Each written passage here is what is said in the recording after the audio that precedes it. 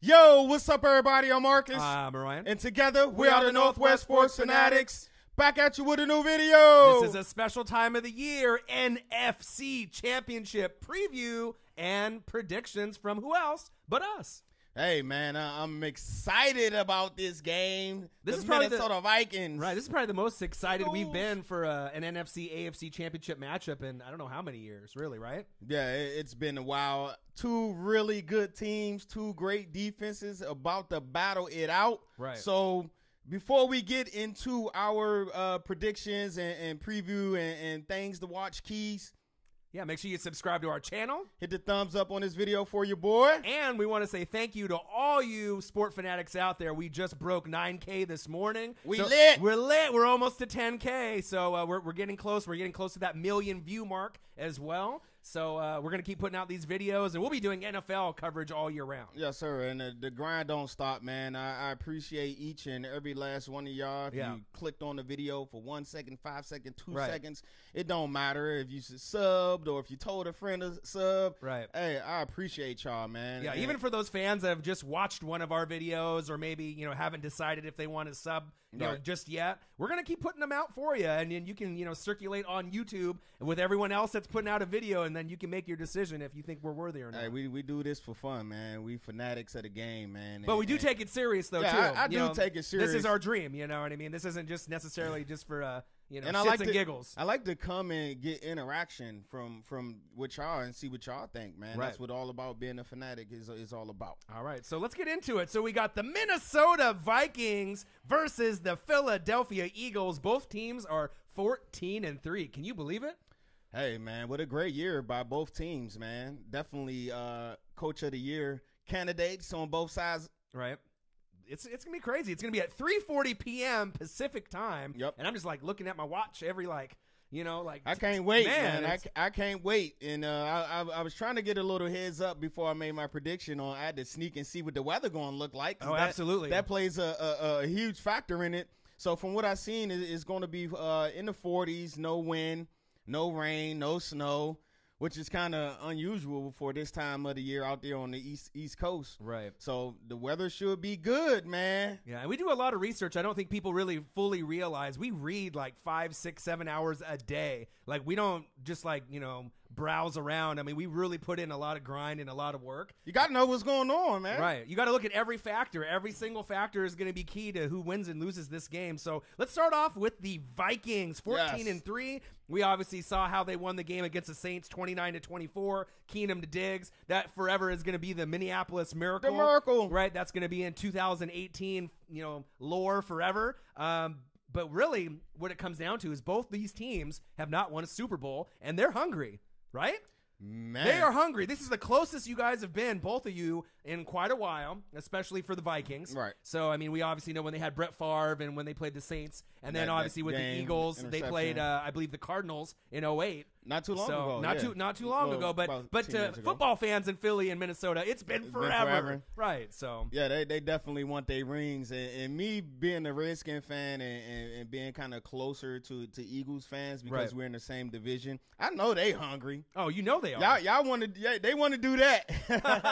No, I wasn't flipping y'all off. Yeah, that's the ring finger. That's the ring finger. They want to put that ring on their finger, man. And they definitely got a great team to be able to accomplish that this year, even with the loss of my MVP, Carson Wentz. Right. And they're the one team in the NFL that has not cried or whined one bit when they lost Jason Peters, linebackers, Hicks. Right. And the MVP that would have won this year, Carson Wentz. Darren Sproles. Let's not get it twisted. Nobody really talk about the loss of Darren Sproles. Right. Then they would have had the 5 horsemen then, right? Instead of the 4 horsemen, they would have had 5 on Sproles it. added back there. Yeah. But the Minnesota, of course, when you start with the Vikings, Skol out there. King of the North. You start with that defense, man. That defense is elite, #1 in the NFL in points allowed per game. Right. Also, they rush defense is up there at #1. Right. And they're going against the #3 rush offense and the Eagles and the 4 horsemen. Something's got to give. That's definitely going to be a huge factor in this game. Right. So Vikings have dropped 5 consecutive NFC championship games. They want to erase that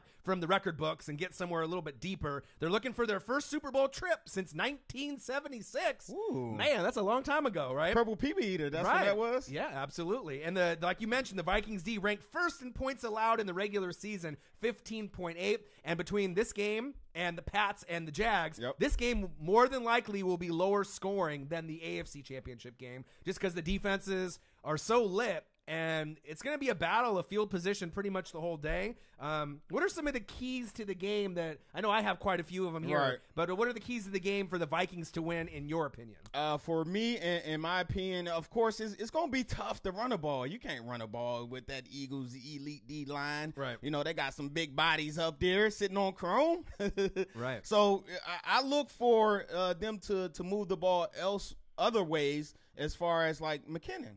Look for Jared McKinnon to have a really good game. The Eagles, they have trouble covering the speedy kind of scat backs out the backfield. You know, my guy Chris Thompson gave him problems in both games. So I do see Jared McKinnon as one of the key matchups if they can get him involved in the football game. Right. And as far as the Vikings are concerned, what I'm really looking forward to is obviously Diggs versus Jalen Mills. So obviously Diggs with that, huge game on 50-50 balls. Yep. His ranking and, obviously for, how the quarterbacks have QBR. Obviously with 50-50 balls, Stephon Diggs is over 100. It's like 100, 140, something incredible. So if they can get him the ball. But what is Philly going to do to counteract that? Are they going to double him with a safety over the top? And also Griffin and Hunter, right, versus Lane Johnson and Vitae.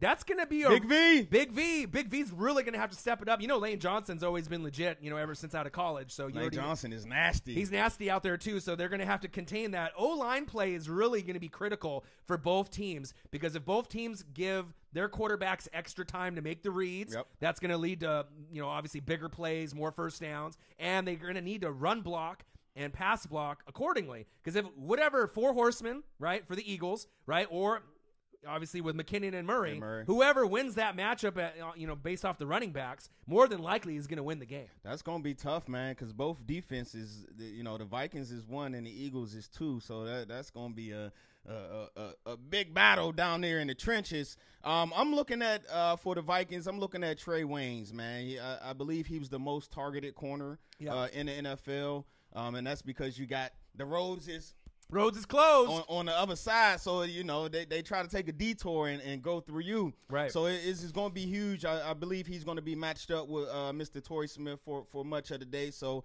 it's good that when you get balls thrown your way, Mr. Waynes, you make a play, man. I think you can get at least 1 pick. Right. It's going to be crazy. And then I think one of the keys that nobody really is talking about is special teams. For me, special teams and O-line is everything. If you dictate the tempo with the O-line, that dictates pretty much the run game and the passing game. And special teams and field position, you don't necessarily need to get start the ball on the 40 every drive, right? But field position is going to be key. And obviously with the defense, are we going to see a pick six? Are we going to see a fumble for a touchdown? Or maybe even a punt return or kick return for a touchdown? Because if one of those things happens, it's really going to give it a huge advantage to whatever team gets it. Right. Because this is going to be a low-scoring game for the most part. At least we both think so. This game is not going to be in the 40s or the 50s.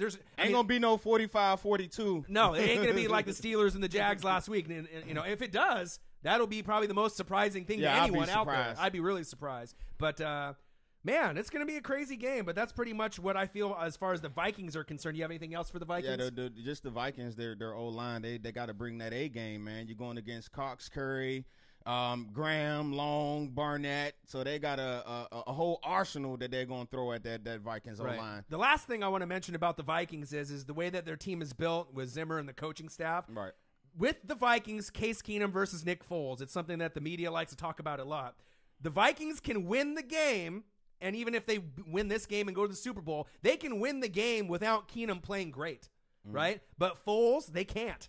Foles is going to actually have to play an above-average game. You know what I mean? You can still go like last game, like 23 for 30, but you're going to have to get the ball into the end zone, at least once or twice to give your team a shot. Because if you play average or below average, the Vikings are going to win. You're going to have to solidify yourself and have your moment, right? So to say, right? So to speak, you're gonna have to have your moment, Nick Foles, if you're gonna advance to the Super Bowl. All right, so that's our little preview for the Vikings. Right. Now, let's check out, see what the Eagles got to do to advance and go on to that Super Bowl. All right, so they are a 3-point underdog, and so since they are a Crazy. 3-point underdog at home, which is very unheard of, 70,000 underdog masks will be given out to every Eagle fan that steps through the building. What? So if you are an Eagle fan and you're going to the game and you bought one on Amazon already or eBay, well, you might as well return it because they're going to be handing one out to you guys when you guys get there. So literally, the dog's going to be out. The dogs are going to be out. Can you just imagine that when they pan to the crowd and everyone's got a dog mask on? That is going to be crazy. Be lit. That's how they get in the link, man. Right. In the link, it's going to be crazy. They're looking for their first Super Bowl appearance since, obviously, as we remember, 2004 with T.O. Yep.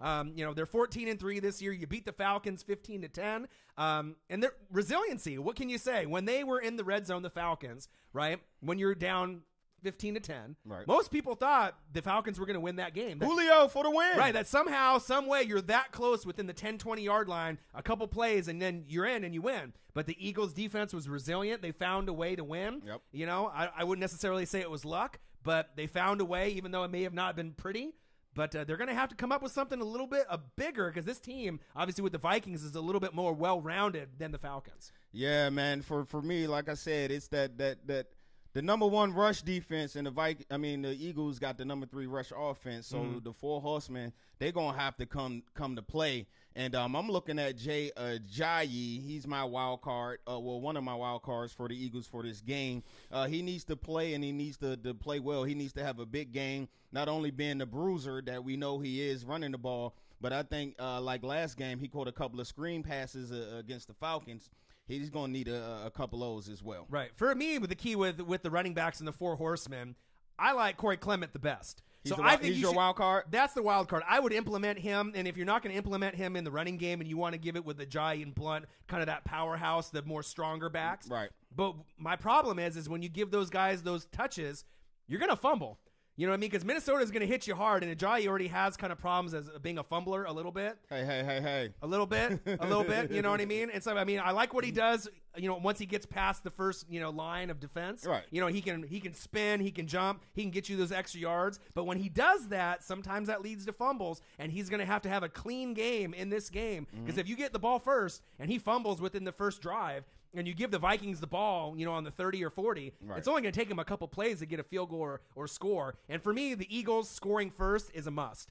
Momentum is a must, especially at home. At home, you got to score first. That's going to be critical. Keep that crowd energized and into the game. Right, and I want to see Clement get involved in the passing game. Maybe line him up as a wide receiver, Ajayi in the backfield, and have him line up as maybe that 4th wide receiver. Maybe see if you can implement maybe him versus a linebacker. Create some type of mismatch. Some kind of mismatch based off his speed. But they're going to have to be creative with the playbook with Peterson to be able to get these extra yards to get these, obviously, extra advantage against this elite Vikings defense. Hey, man, Nick Foles. When Wentz got hurt, I got to say, I was one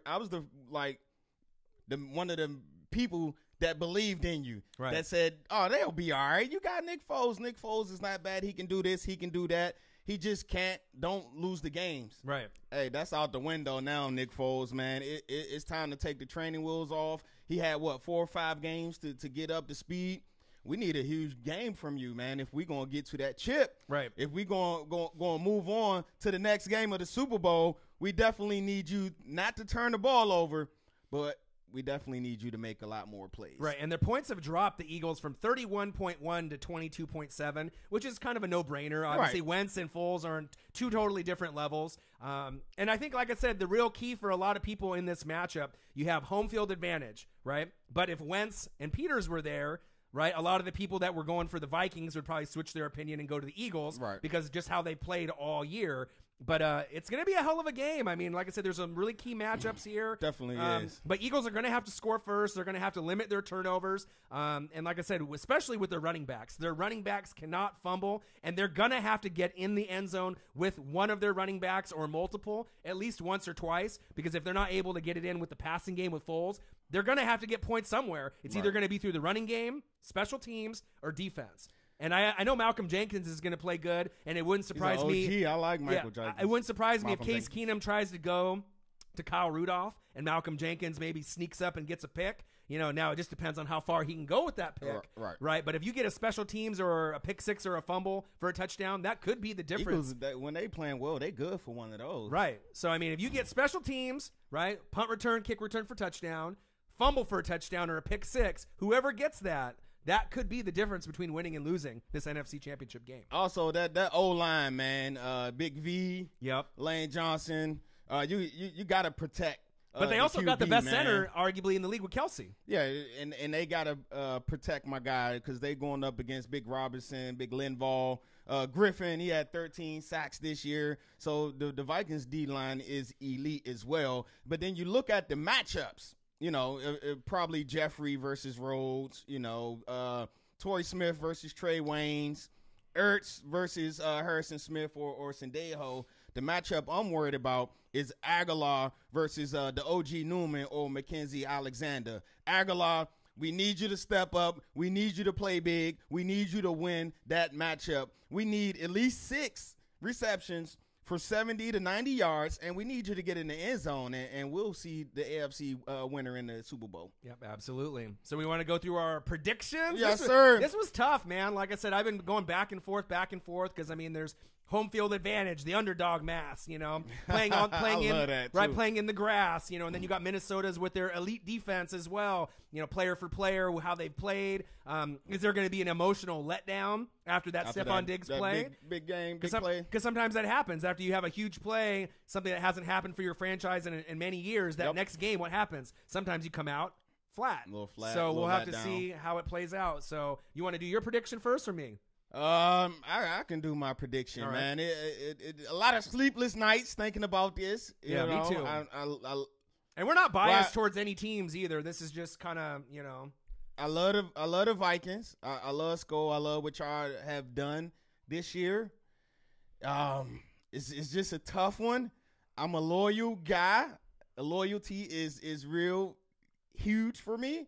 As you see, I got on the Redskins gear. Still, even though that's another video. But I got to stay loyal to the NFC East, and I'm going to go ahead and I think Nick Foles can do just enough to etch it out at home.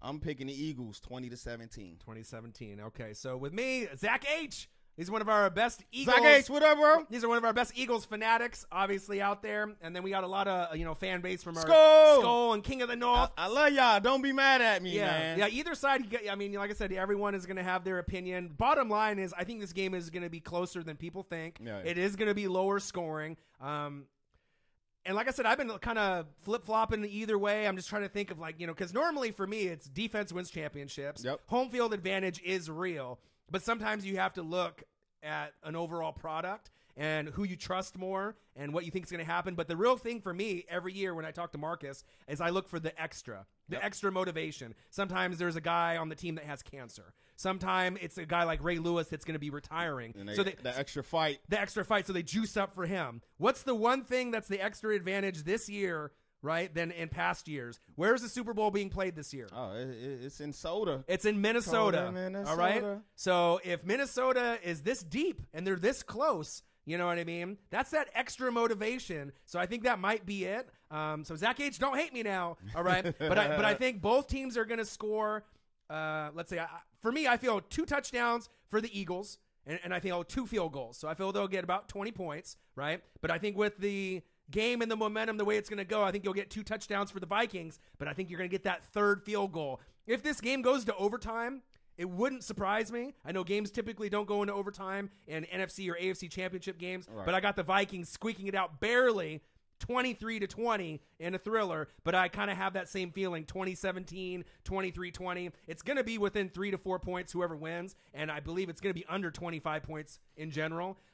It's going to be a hell of a game. Like I said, a home field advantage will be key, but I think that extra motivation of Minnesota being so close and the Super Bowl being in Minnesota could be that extra, that extra oomph that they might need to get them over the top. Right, but to be honest, if the Eagles win this game, 17-14, 20-23, 23-20, it wouldn't surprise me. I think both these teams are great. But if Foles was not playing and Wentz was playing with Jason Peters, then I think more people would be going with the Eagles straight out. All right, so there you guys have it, our NFC. All right, Zach H., don't hate me now. All right, I love you, Eagles fans. Come on now. Hey, Skull fans, man, y'all know how we rock, man. I'm a loyal guy, man. NFC East, I gotta stay loyal. Right. So I had to pick the Eagles. So we'll be back at you guys real soon with our AFC prediction here in a second. Yeah, make sure you subscribe to our channel. Hit the thumbs up on this video for your boy. And we'll be right back at you. And also, all my fanatics out there, I want y'all to, I got a 2-part question for y'all. Who is the X factor in this game? And who you guys think gonna win? Drop the comment below. Yeah, absolutely. All right, I'm Marcus. This is my guy, Ryan. Only got one question for you. Who you know talk sports like us? Northwest Sports Fanatics. Who is the X factor in the game, and who you guys think gonna win? Yeah, put your score down, your prediction score down below. Comment below. All right.